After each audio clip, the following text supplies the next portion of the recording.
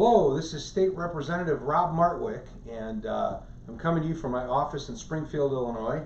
It's about 5 after 6 and things are quiet. The House is adjourned and most of my colleagues have left for the drive back to whichever part of the corner of the state they hail from on their way back. But I want to do a quick video to give you some news.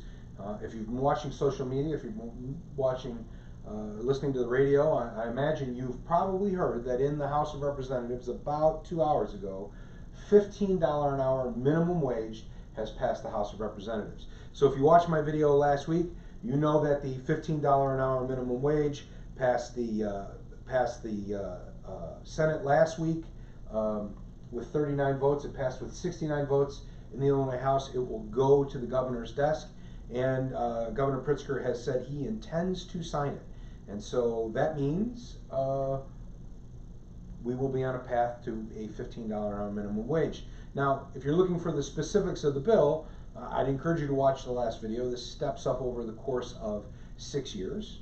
There are some carve-outs, so that means there is a lower wage for those 18 years of age and under, and then there is what they call a tip credit. So for employees who work for tips, there is a credit, so it's a lower wage because, of course, they're making a portion of their income on tips.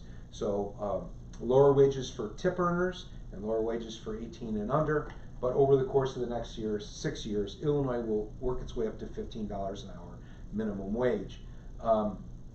There is also a tax credit for businesses to help them with the implementation of this, so there were accommodations made to address the concerns. Certainly didn't address all the concerns of certain groups, but it was a pretty overwhelming majority of people who supported this bill, and hence it passed with 69 votes. But I want to talk to you a little bit about this bill, a little bit more in depth than I did last week. So there was a large committee hearing last week, another one this week, and there was much discussion about whether or not this initiative to move the minimum wage to $15 would be good or bad. And if I can break this down, it broke down to an argument or a discussion about theory versus data. And even in the Facebook comments that I've hit here on my last post, there was much discussion about theory versus data. Well, what do I mean? Well, there are many different schools of economic thought, different theories about what would happen if there was an increase in the minimum wage, right? And there is a school of thought that says that that increase in the minimum wage could lead to, as we heard today in some of the floor debate, there are people who said, well, if you increase the minimum wage, well, what you're going to see is it costs people more, so they'll have to fire people, so people will lose their jobs, businesses will close, and this will be all sorts of negative effects on the economy. And that is one school of economic thought. But there's another school of economic thought that approaches it from the other side, which says, well, if you take the lowest wage earners in our state and you give them a higher wage, they have to work for it, and they make more money, well, those people are the people that every disposable dollar that they get gets spent. So an infusion of money to them means that they will spend more and they will drive demand in the economy. Different theories. There's another complement to this. A $15 an hour minimum wage, if you work 40 hours a week for 52 weeks a year, you could make as much as $30,000 a year on minimum wage.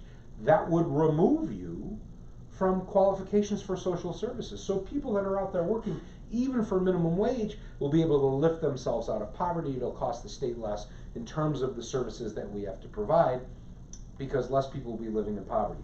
So again, these are different theories about what might happen, because the answer is, who knows what's actually going to happen, right? But then there's data, right? So you can base your decision off of theory or data. Well, what's the difference? Well, we heard from a PhD, right? PhD, Mark Dissart.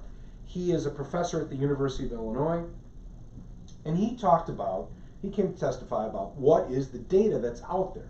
And I point out here, he said to us that there is voluminous research, right? What does that mean? A whole lot of it. And in these research, if we take it as a whole, all of the research that's available, they say that there is no impact on employment or job growth, right? So the idea that this is going to cause people to lose their jobs is a theory, but it's not supported by the data. The data says that's not what happens. It says that there is no impact on unemployment or job growth. So people aren't losing their jobs, but here's the kicker. They're not losing their jobs, but they're making more money. And that's the infusion into the economy. Have we seen this borne out? In many instances. In fact, there was a study, and this is apparently the premier study on what's happened with instances where they've raised the minimum wage. A group of economists studied what happens in places where you've got cities or states where there is a change in the minimum wage and there's a border community. So what they said was, you take, basically it's literally on the border, and one side of the border is raising the minimum wage and the other side it stays low. But otherwise you have the same people, the same economy, the same businesses, just basically crossing over a border. Nothing is different except now they've raised the wage. And they said, well, this is where we're going to see, right? So we hear about the Chicago, Indiana example. Well, here's where the economy is going to get killed because of that border state. Does not happen. No impact on unemployment or job growth. Why? Well, read the studies, but that's what's in the data. That's the conclusions of what's in the data. That a raise in the minimum wage has a positive economic effect, which is different than the theories that are being espoused.